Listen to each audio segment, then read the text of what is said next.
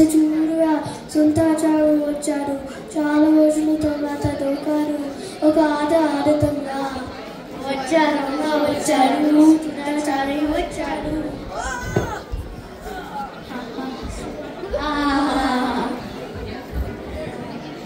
అలా మన సుంటాచారి చాలా అమాయకుడు, ఒట్టి అమాయకుడు. ఇలాంటి పరిస్థితుల్లో అయినా ఇలాంటి కష్టాలు ఎదుర్కొంటూ ఉంటాడు.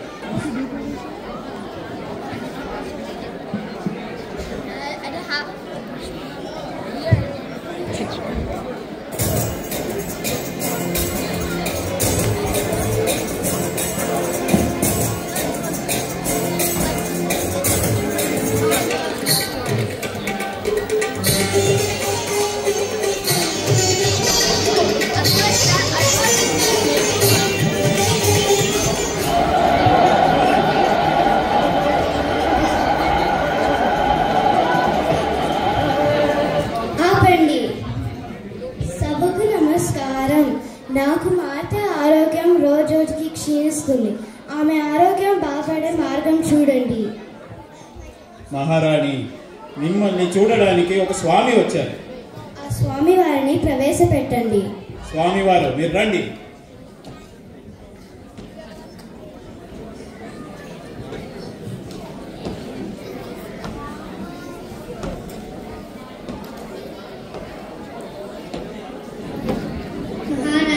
వందనాలు.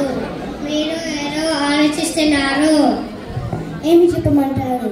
మాకు మాట ఆరోగ్యం రోజుకి క్షీణిస్తుంది. భయపడకండి మహారాణి, దీనికి ఒక మార్గం ఉంది.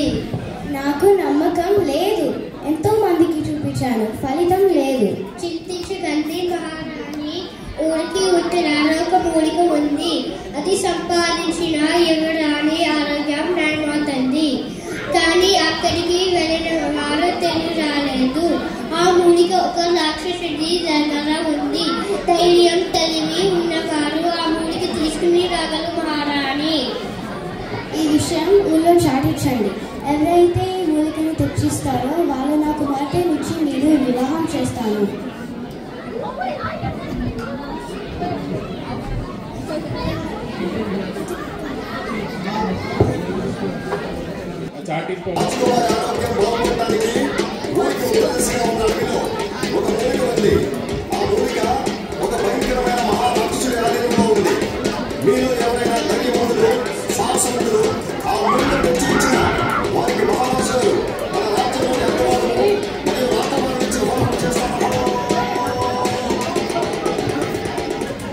మన సుంటాచారి పరిస్థితి ఎలా ఉందో చూద్దాం.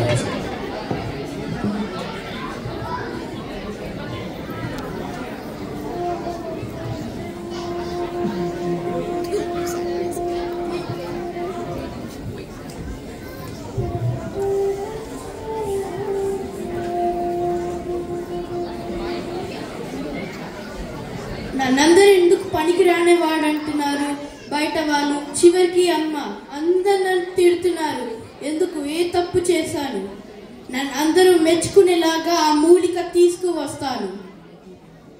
అలా మన సుంటాచారి ఎంతో దిగుగా ఉంటూ ఒక ఆలోచనతో ఊళ్ళో నుంచి మన సుంటాచారి అడవి వైపుకి వెళ్తాడు. అప్పుడు అక్కడ భీకరమైన దృశ్యాలు, భీకరమైన చప్పుళ్ళకి మన సుంటాచారి ఎలా ఉంటాడో చూద్దాం.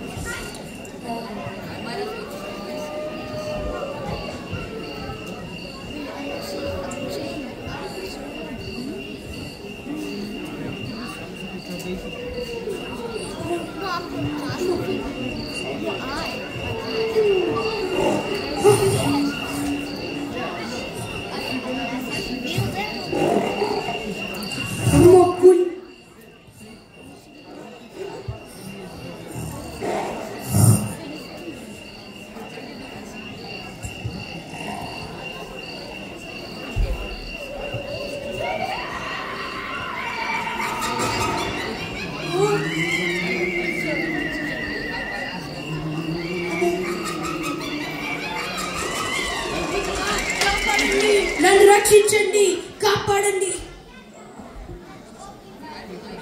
అలా మన సుంటాచారి ఎంతో భయంతో అక్కడ ఒక చెట్టుకు చూసి గుద్దుకుని పడిపోయాడు. అదే సమయంలో ఆ పులి సుంటాచారిని భయపెడుతూ అది కూడా ఒక గోతులు పడింది. కాపాడండి, కాపాడండి, నన్నెవరో రక్షించండి. కాపాడండి, కాపాడండి, నన్నెవరో రక్షించండి. కాపాడండి, కాపాడండి, నన్నెవరో రక్షించండి. అమ్మో పులి! ఓ భర్తసారి, దయచేసి నాకు సహాయం చేయి. అనుకోకుండా నేను ఈ గోతిలో పడ్డాను. నన్ను పైకి లాగు. నిన్నెలా నమ్మాలి? నిన్ను రక్షించిన తర్వాత చంపేస్తే? నన్ను నమ్ము. నువ్వు నాకు కాపాడితే నేను నిన్ను చూసి ఏమీ జరగకుండా చూస్తాను. సరే.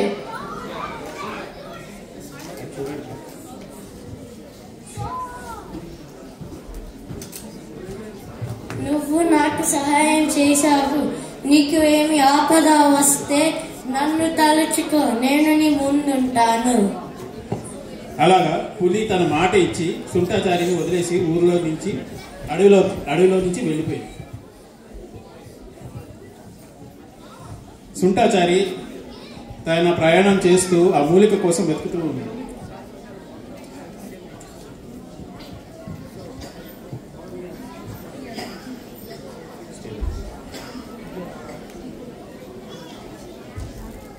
అప్పుడు సుంటాచారికి ఒక పాడుపడ్డ కోట కనబడుతుంది.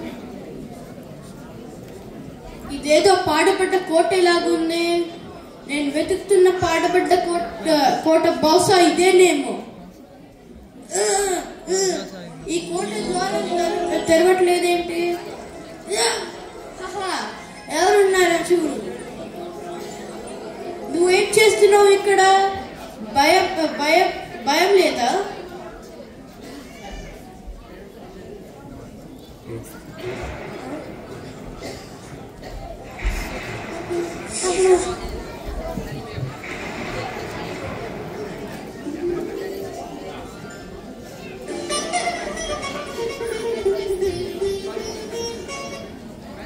భయపడకు మానవా, నేను నిన్ను ఏమి చేయను. నా పేరు మాలిని. నేను ఒక దేగ కన్యను. ఈ రాక్షసుడు నన్ను అపహరించినాడు. ఈ రాక్షసుడిని వివాహమాడనందుకు నన్ను శిలగా మార్చినాడు. నీ వల్ల నాకు విముక్తి కలిగింది. మీరు చాలా ధైర్యవంతులు. మీరు ఇక్కడికి ఎందుకు వచ్చినారు? నేను ఒక మూలిక కోసం వచ్చాను. నీకు తెలిసి ఎక్కడుందో? ఆ మూలిక వద్దకి తీసుకువెళ్తాను. అదిగో అదే ఆ మూలిక. త్వరగా తీసుకో, ఆ రాక్షసుడు వచ్చేస్తాడు. నువ్వు నన్ను చంపి మూలిక తీసుకువెళ్దాం అనుకుంటున్నావా? ఎంత సాహసం! అలా ఆ రాక్షసుడి దగ్గర సుంటాచారి ఎంతో భయపడుతూ ఉండగా తనకు ఆలోచన వస్తుంది. అప్పుడు పులి తనకు రక్షిస్తానని కోరుకుంది. మిత్రమా, నాకు భయంగా ఉంది, రక్షించు.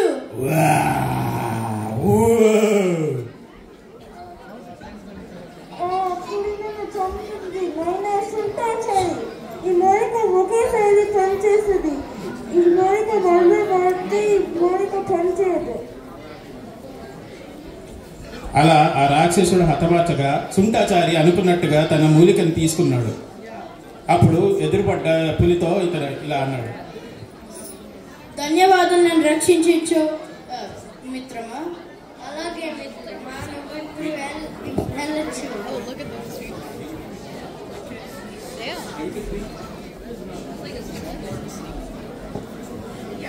అలా రాణిగారి దగ్గరికి వెళ్ళినందుకు రాణిగారు ఊరిలో చాటించిన ప్రకారంగా తన కుమార్తెనిచ్చి పెళ్లి చేస్తారు.